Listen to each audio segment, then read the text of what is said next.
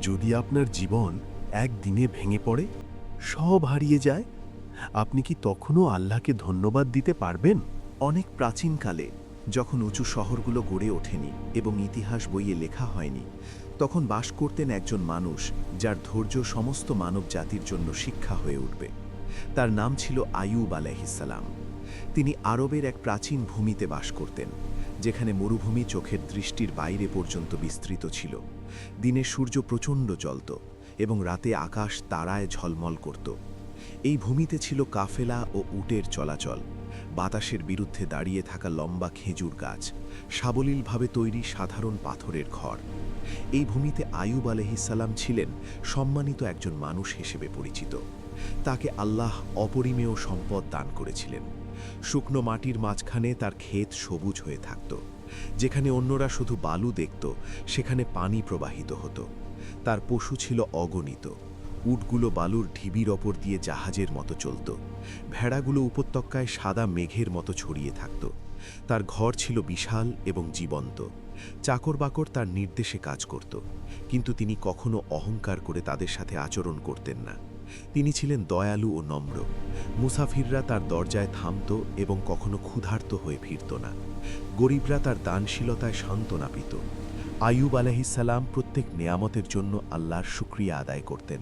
সম্পদকে তিনি নিজের বলে মনে করতেন না, তিনি এটাকে আমানত মনে করতেন। তার সবচেয়ে বড় নেয়ামত ছিল পরিবার। তার অনেক সন্তান ছিল। শক্তিশালী ছেলেরা খেতে সাহায্য করত, স্নেহময়ী মেয়েরা ঘরে আলো ছড়াত, তাদের হাসি উঠানে প্রতিধ্বনিত হতো, তাদের পায়ের আওয়াজ ঘরে জীবন ভরে দিত। আইয়ুব আলাইহিসসালাম চুপচাপ বসে তাদের খেলা দেখতেন, আর তার হৃদয় কৃতজ্ঞতায় উপচে পড়ত। তিনি জানতেন এই সন্তানরা আল্লাহর উপহার। প্রত্যেক সকালেই তিনি তাদের জন্য দোয়া করতেন, প্রত্যেক রাতে তাদের জন্য শুকরিয়া আদায় করতেন। তার ঘর ছিল আনন্দে ভরা, হৃদয় ছিল শান্তিতে ভরা। মানুষ তাকে গভীর সম্মান করত। তারা বলতো তার ভূমি বরকতময়, কারণ তিনি কৃতজ্ঞ। যখন বিবাদ উঠত, তারা তার কাছে পরামর্শ চাইতে আসত। যখন কারো প্রয়োজন হতো, তারা তার কাছে সাহায্য চাইতে আসত। তিনি হারানোর ভয় ছাড়াই দান করতেন, কষ্টের ভয় ছাড়াই নামাজ পড়তেন। জীবন সহজ থাকলে তার ঈমান দৃঢ় ছিল, কিন্তু সত্যিকারের ঈমান আরামে প্রমাণিত হয় না, ক্ষতিতে প্রমাণিত হয়। এক ঋতুতে বাতাস বদলাতে শুরু করল। বাতাস আগের চেয়ে জোরে বইতে লাগলো। আকাশ অন্ধকার হয়ে গেল। ঝড় অজান্তে এলো। ফসল নষ্ট হলো, গাছ পড়ে গেল, পশুরা অসুস্থ হয়ে পড়ল। এক এক করে আইয়ুব আলাইহিসসালামের চারপাশের সম্পদ অদৃশ্য হয়ে গেল। কাফেলা ফিরে এলো না। পশুর পাল গরমে মরে গেল। যখন সেবা করার কিছু রইল না, চাকররা চলে গেল। প্রতিদিন খারাপ খবর আসতে লাগলো। মানুষ তাকে গভীরভাবে লক্ষ্য করছিল। তারা রাগ আশা করছিল, ভয় আশা করছিল। তারা আশা করছিল তিনি তার রবকে প্রশ্ন করবেন, কিন্তু আইয়ুব ভাঙলেন না। তিনি মাথা নত করে নামাজ চালিয়ে গেলেন। তিনি বললেন, আল্লাহ যা দেন তা নেয়ামত, আর যা নেন তাও তার হিকমত। তার হৃদয় ক্ষতির ব্যথা অনুভব করল, কিন্তু জিহ্বা অভিযোগ করল না। তিনি প্রশ্ন করলেন না, কেন এটা ঘটছে। তিনি মেনে নিলেন যে তার রব যা জানেন তিনি তা জানেন না। তারপর এলো সেই পরীক্ষা যা যে কোনো বাবার আত্মাকে কাঁপিয়ে দিত। একদিন যখন তার সন্তানরা এক ঘরে একসাথে ছিল, তখন বিপর্যয় ঘটল। দেওয়াল ধসে পড়ল, ছাদ পড়ে গেল, ধুলো আকাশে উড়ল। আর যখন ধুলো থিতিয়ে গেল, নীরবতা এসে জায়গা নিল। তার সব সন্তান চলে গেল, প্রত্যেক ছেলে, প্রত্যেক মেয়ে। যে হাসি একসময় ঘর ভরে রাখত, তার জায়গায় শূন্যতা এলো। একজন বাবা মরুর বাতাসে দাঁড়িয়ে রইলেন, কিছুই অবশিষ্ট নেই। ব্যথা ছিল গভীর, কোনো কথা তা বহন করতে পারত না। আকাশ নীরব মনে হলো, পৃথিবী ভারী মনে হলো। মানুষ আশা করল তিনি চিৎকার করবেন, ভাগ্যকে অভিশাপ দেবেন, কিন্তু তিনি তা করলেন না। তার কণ্ঠ নরম ছিল, চোখ অশ্রুতে ভরা ছিল, তবু ঈমান অটল রইল। তিনি বললেন তার সন্তানরা আল্লাহর আমানত ছিল, আর আল্লাহ তার আমানত ফিরিয়ে নিয়েছেন। তিনি রাগের পরিবর্তে ধৈর্য বেছে নিলেন, বিদ্রোহের পরিবর্তে আত্মসমর্পণ বেছে নিলেন। কিন্তু পরীক্ষা এখানে শেষ হলো না। কিছুদিন পর তার শরীর দুর্বল হতে শুরু করলো। প্রথমে ছোট ব্যথা, তারপর ব্যথা ছড়িয়ে পড়ল। চামড়ায় ঘা দেখা দিল, শক্তি চলে গেল। আগের মতো সোজা দাঁড়াতে পারতেন না। শরীর পাতলা ও ভঙ্গুর হয়ে গেল। যারা একসময় তাকে সম্মান করত, তারা এখন দূরত্ব রাখত। তারা ফিসফিস করে বলাবলি করত। কেউ বলল এটা নিশ্চয়ই শাস্তি, অন্যরা বলল আল্লাহ তার থেকে মুখ ফিরিয়ে নিয়েছেন। তারা বছরের পর বছর নামাজ ভুলে গেল, তার দয়া ভুলে গেল, তার দানশীলতা ভুলে গেল। শুধু একজন তার পাশে রইলেন, তার স্ত্রী। তিনি ছেড়ে যাননি, অসুস্থতাকে ভয় পাননি, ফিসফিসানি শোনেননি। নিজের হাতে তার ঘা ধুয়ে দিতেন, যখন পারতেন খাবার এনে দিতেন। যখন সবাই মুখ ফিরিয়ে নিল, তখন তিনি পাশে দাঁড়ালেন। তার আনুগত্য তার জীবনে নীরব শক্তি হয়ে উঠল। শেষ পর্যন্ত আইয়ুব আলাইহিস সালামকে শহরের বাইরে নিয়ে যাওয়া হলো। মানুষ তার অসুস্থতাকে ভয় করত। তিনি খোলা আকাশের নিচে থাকতেন, জ্বলন্ত গরম আর ঠান্ডা রাতের মুখোমুখি হতেন। বাতাস তার ঘায়ে লাগত, ধুলো তার চামড়ায় জমত। দিন যেত, সপ্তাহ যেত, মাস বছরে পরিণত হলো। ব্যথা থামল না, দুর্বলতা ছেড়ে গেল না। তিনি সম্পদ হারালেন, সন্তান হারালেন, স্বাস্থ্য হারালেন, তবু ঈমান হারালেন না। এটা সাধারণ ধৈর্য ছিল না, এটা সহজ সহ্য ছিল না।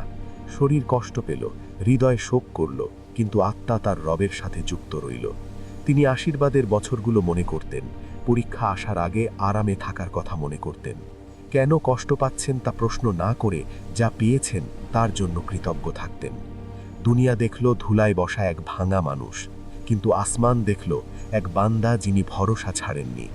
বছরের পর বছর কষ্ট তার বিশ্বাস বদলাতে পারেনি। মরুর বাতাস চলতে থাকল, রাতে তারা তার উপরে জ্বলতে থাকল, আর আইয়ুব আলাইহিস সালাম ইবাদত চালিয়ে গেলেন। প্রত্যেক পরীক্ষায় এমন এক মুহূর্ত আসে যখন ভার ভারী মনে হয়। ঈমান চলে যাওয়ার জন্য নয়, শরীর দুর্বল হওয়ার জন্য। আইয়ুব আলাইহিস সালাম সেই মুহূর্তে পৌঁছলেন। কণ্ঠ নরম, শরীর ক্লান্ত, হৃদয় আহত। তবু তিনি অভিযোগ করলেন না, অভিমান করলেন না, মুখ ফিরালেন না। যখন তিনি অবশেষে হাত তুলে হৃদয়ের গভীরতম স্থান থেকে কথা বললেন, তার কথা ছিল নম্রতায় ভরা, রাগে নয়। তিনি সম্পূর্ণ আত্মসমর্পণ নিয়ে তার রবের দিকে ফিরলেন। আর সেই নম্র মুহূর্ত, দুর্বলতায় বলা কিন্তু বছরের পর বছর ধৈর্যের উপর ভিত্তি করা, বিশ্বের সবচেয়ে মহান ঈমানের উদাহরণ হয়ে উঠল। বছরের পর বছর কেটে গিয়েছিল যখন আইয়ুব আলাইহিস সালাম সব কিছু হারিয়েছিলেন। মরুভূমি হয়ে উঠেছিল তার ঘর, খোলা আকাশ ছিল তার ছাদ, পায়ের নিচের মাটি শুকনো ও রুক্ষ। তার শরীর দুর্বল হয়ে পড়েছিল, অসুস্থতায় ঢাকা যা অবিরাম ব্যথা দিত। তার জীবনে আর কোনো আরাম ছিল না, না সম্পদ, না সন্তান, না শক্তি, শুধু ঈমান অবশিষ্ট ছিল। যে মানুষেরা একসময় তাকে সম্মান করত, তারা আর কাছে আসতো না, তারা তাকে এড়িয়ে চলত। কেউ দূর থেকে দয়া করত, কেউ চুপচাপ বিচার করত। তারা ভাবত, কি পাপের জন্য এমন কষ্ট। তারা ফিসফিস করে কথা বলতো, কিন্তু সেই ফিসফিস তার কানে পৌঁছত। তবুও তিনি তাদের উত্তর দিতেন না, নিজেকে রক্ষা করতেন না, ব্যাখ্যা করতেন না। তার নীরবতা দুর্বলতা ছিল না, তা ছিল ভরসা। তার স্ত্রী তার দেখাশোনা চালিয়ে যেতেন, দীর্ঘ পথ হেঁটে খাবার খুঁজতে যেতেন, কখনো সামান্য নিয়ে ফিরতেন, কখনো কিছুই না নিয়ে। ক্ষুধা হয়ে উঠেছিল তাদের দৈনন্দিন জীবনের অংশ। তিনি তার ঘা ধুইয়ে দিতেন, ব্যথা কমানোর চেষ্টা করতেন। তিনি খুব কাছ থেকে তার কষ্ট দেখতেন, দেখতেন শরীর আরও পাতলা হয়ে যাচ্ছে। রাতে তার নীরব শ্বাস শুনতেন, তবুও তিনি কখনো তাকে ছেড়ে যাননি। আইয়ুব আলাইহিস সালামের জন্য সময় দ্রুত চলত না, প্রত্যেক দিন ভারী মনে হতো। দিনে সূর্য জ্বালাতো, রাতে ঠান্ডা বাতাস কেটে যেত। চলাফেরা করলে শরীর ব্যথা করত, স্থির থাকলেও ব্যথা করত। কোনো স্বস্তি ছিল না, কোনো ওষুধ ছিল না, কোনো মানুষীয় সমাধান ছিল না। তবুও তার ভিতরে কিছু অটল ছিল। তিনি আশীর্বাদের বছরগুলো মনে করতেন, সবুজ ক্ষেত, সুস্থ পশু, সন্তানদের কণ্ঠস্বর, ঘরের আরাম, আর রাগের পরিবর্তে কৃতজ্ঞতা অনুভব করতেন যে তাকে সেই বছরগুলো দেওয়া হয়েছিল। তিনি বিশ্বাস করতেন আল্লাহর হিকমত মানুষের বোঝার বাইরে। তার পরীক্ষা সংক্ষিপ্ত ছিল না, কয়েকদিনের কষ্ট ছিল না, এক ঋতুর ক্ষতি ছিল না।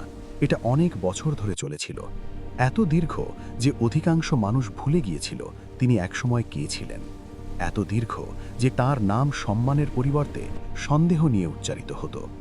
একদিন যখন কষ্ট চলছিল, তার স্ত্রী দেখলেন তিনি কতটা দুর্বল হয়ে পড়েছেন। বছরের পর বছর তিনি তার পাশে ভার বহন করেছেন।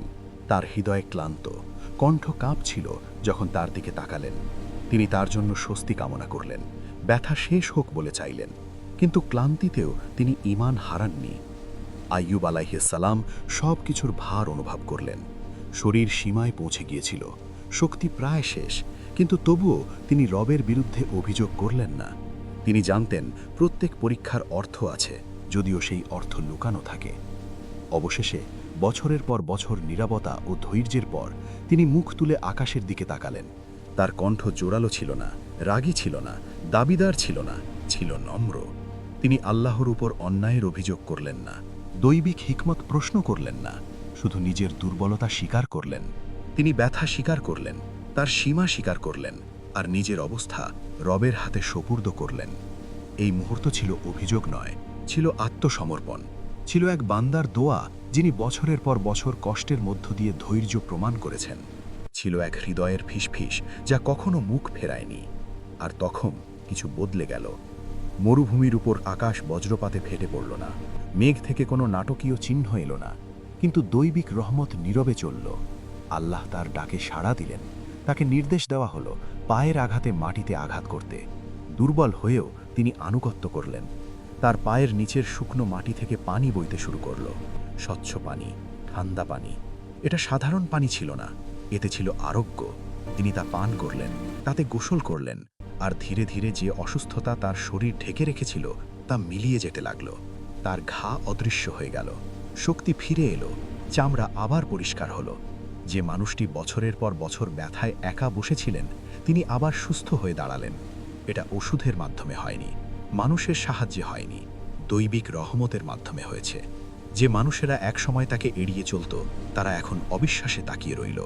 তারা দেখল একজন পুনরুদ্ধারিত মানুষ, দুর্বলতার জায়গায় শক্তি দেখল, অসুস্থতার জায়গায় স্বাস্থ্য দেখল, আর তারা যা দেখল তা অস্বীকার করতে পারল না। কিন্তু নেয়ামত এখানে থামল না। আল্লাহ তার সম্পদ ভিড়িয়ে দিলেন। তার ভূমি আবার সবুজ হলো, পশু বেড়ে গেল, ঘর পুনর্নির্মিত হলো, আর তাকে আবার সন্তান দান করা হলো। তার জীবন হারানোর চেয়েও বেশি ফিরে এলো। তবুও তার গল্পের সবচেয়ে শক্তিশালী অংশ ছিল না সম্পদের ফিরে আসা, না স্বাস্থ্যের ফিরে আসা, এমনকি পরিবারের ফিরে আসাও নয়। ছিল যখন তার কাছে কিছুই ছিল না, তখন যে ধৈর্য তিনি দেখিয়েছিলেন। আইয়ুব আলাইহিসসালামের গল্প শেখায় যে ঈমান প্রমাণিত হয় না যখন জীবন সহজ, ঈমান প্রমাণিত হয় যখন সব কিছু কেড়ে নেওয়া হয় আর হৃদয় তবু ভরসা রাখে। তার কাছে ভেঙে যাওয়ার সব কারণ ছিল, প্রশ্ন করার সব কারণ ছিল, অভিযোগ করার সব কারণ ছিল, কিন্তু তিনি ধৈর্য বেছে নিলেন, কৃতজ্ঞতা বেছে নিলেন, আত্মসমর্পণ বেছে নিলেন, আর সেই কারণে তার নাম সহনশীলতার প্রতীক হয়ে উঠল। মরুভূমির নীরবতায়, বিস্তৃত আরবের আকাশের নিচে আইয়ুব আলাইহিসসালামের গল্প প্রত্যেক জন্মের জন্য শিক্ষা হয়ে উঠল। তার কষ্ট ছিল সত্য, ব্যথা ছিল গভীর, কিন্তু তার ভরসা ছিল আরও গভীর। আর সেই জন্যই যখন মানুষ ধৈর্যের কথা বলে, তারা তাকে স্মরণ করে, কষ্ট পাওয়া মানুষ হিসেবে নয়, বরং যিনি কখনো ঈমান হারাননি সেই মানুষ হিসেবে। যখন কেউ কষ্ট নিয়ে তার কাছে আসত, তিনি শুধু উপদেশ দিতেন না, তিনি বোঝাপড়া দিতেন। যখন কেউ ক্ষতির অভিযোগ করত, তিনি বিচার করতেন না, তিনি শুনতেন। তিনি ক্ষুধা জানতেন, প্রত্যাখ্যান জানতেন, একাকিত্ব জানতেন। তার করুণা আগের চেয়েও বেশি শক্তিশালী হয়ে উঠল। তার গল্প তার ভূমির বাইরে ছড়িয়ে পড়ল। কাফেলাগুলো মরুভূমি পার করে খবর নিয়ে গেল। মুসাফিররা সেই মানুষের কথা বলতো যিনি সব হারিয়েও রবকে অভিশাপ দেননি। তারা বছরের পর বছরের অসুস্থতা আর অটুট ধৈর্যের কথা বলতো। তারা সেই আরোগ্যের কথা বলতো যা মানুষের শক্তিতে নয়, দৈবিক রহমতে এসেছিল। কিন্তু সবচেয়ে বড় শিক্ষা ছিল না অলৌকিক ঘটনায়, সবচেয়ে বড় শিক্ষা ছিল অপেক্ষায়। বছরের পর বছর অপেক্ষা, নীরবতা, ব্যথা। অনেকে নেয়ামত থাকলে কৃতজ্ঞ হতে পারে, অনেকে আরামে থাকলে নামাজ পড়তে পারে, কিন্তু কম মানুষই অটল থাকে যখন নেয়ামত কেড়ে নেওয়া হয়। আইয়ুব আলাইহিসসালাম হয়ে উঠলেন অটল ঈমানের উদাহরণ। তার স্ত্রী, যিনি কষ্টের প্রত্যেক পর্যায়ে তার পাশে ছিলেন, তিনিও ধৈর্যের পুরস্কার দেখলেন। তার আনুগত্য ভুলে যাওয়া হয়নি। কষ্টের সময় তার শক্তি গল্পের অংশ হয়ে গেল। একসাথে তারা জীবন পুনর্গঠিত করলেন, অহংকার নয়, কৃতজ্ঞতা নিয়ে। আইয়ুব আলাইহিসসালাম প্রায়ই ক্ষতির বছরগুলো নিয়ে চিন্তা করতেন। তিনি সেগুলোকে অনুতাপ করতেন না, তিনি চাইতেন না যেন সেগুলো কখনো না ঘটত। তিনি সেগুলোকে তার যাত্রার অংশ মনে করতেন। পরীক্ষা হিসেবে যা তাকে উঁচু করেছে, শাস্তি হিসেবে যা তাকে নামিয়ে দেয়নি। মরুভূমি একই রইল, সূর্য তেমনই জ্বলত, রাত তেমনই ঠান্ডা, জীবন তেমনই চ্যালেঞ্জ নিয়ে এগিয়ে চলত। কিন্তু আইয়ুব আলাইহিসসালামের হৃদয় যে কোনো ঝড়ের চেয়ে শক্তিশালী হয়ে উঠেছিল। তিনি বুঝেছিলেন যে কষ্ট মানে পরিত্যাগ নয়, ব্যথা মানে প্রত্যাখ্যান নয়, নীরবতা মানে রহমতের অনুপস্থিতি নয়। তিনি এমন একটা জিনিস বুঝেছিলেন যা অনেকেই বুঝতে কষ্ট পায়। কখনো কখনো পরীক্ষাই হলো উপহার। কষ্টের বছরগুলো বৃথা যায়নি, সেগুলো ভবিষ্যৎ প্রজন্মের জন্য আলো হয়ে উঠল। যখন কেউ কষ্টে অভিভূত হতো, তারা আইয়ুব আলাইহিসসালামকে স্মরণ করত। যখন কেউ প্রশ্ন করত কেন ব্যথা আছে, তারা আইয়ুব আলাইহিসসালামকে স্মরণ করত। যখন কেউ ভাবত আর সহ্য করতে পারবে না, তারা আইয়ুব আলাইহিসসালামকে স্মরণ করত। তিনি হয়ে উঠলেন ক্ষতির প্রতীক নয়, সহ্যশীলতার প্রতীক। তার গল্প শেখায় যে ধৈর্য নিষ্ক্রিয় নয়, এটা সক্রিয় ভরসা। এটা হৃদয় ক্লান্ত হলেও বিশ্বাস করার সিদ্ধান্ত। এটা পায়ের নিচের পৃথিবী সরে গেলেও অটল থাকার সিদ্ধান্ত। আইয়ুব আলাইহিসসালাম শুরুতে জানতেন না তার পরীক্ষা কতদিন চলবে। তিনি জানতেন না কখন আরোগ্য আসবে। তিনি শুধু জানতেন তার রব হিকমতওয়ালা, আর সেটাই যথেষ্ট ছিল। বছর কেটে যাওয়ার সাথে সাথে তার জীবন চলতে থাকল। তার ধৈর্যের শিক্ষা তার সম্পদের চেয়েও শক্তিশালী হয়ে উঠল। তার উট ও ভেড়া আবার অগণিত হল, সন্তানরা আবার ঘর ভরে দিল। কিন্তু তিনি যে সত্যিকারের ধন বহন করতেন তা ছিল অটল ঈমান। তিনি সম্পদে দাঁড়িয়েছিলেন অহংকার ছাড়া, ক্ষতিতে দাঁড়িয়েছিলেন রাগ ছাড়া, অসুস্থতায় দাঁড়িয়েছিলেন হতাশা ছাড়া, আর শেষে পুনরুদ্ধারে দাঁড়িয়েছিলেন অহংকার ছাড়া। যে প্রাচীন আরবের আকাশের নিচে তার গল্প শুরু হয়েছিল, সেই আকাশের নিচে তার জীবন হয়ে উঠল একটা চিহ্ন যে ঈমান আরাম দিয়ে মাপা হয় না, ঝড়ের সময় ভরসা দিয়ে মাপা হয়। আর সেই জন্যই তার নাম সময় পেরিয়ে এখনও শক্তিশালী।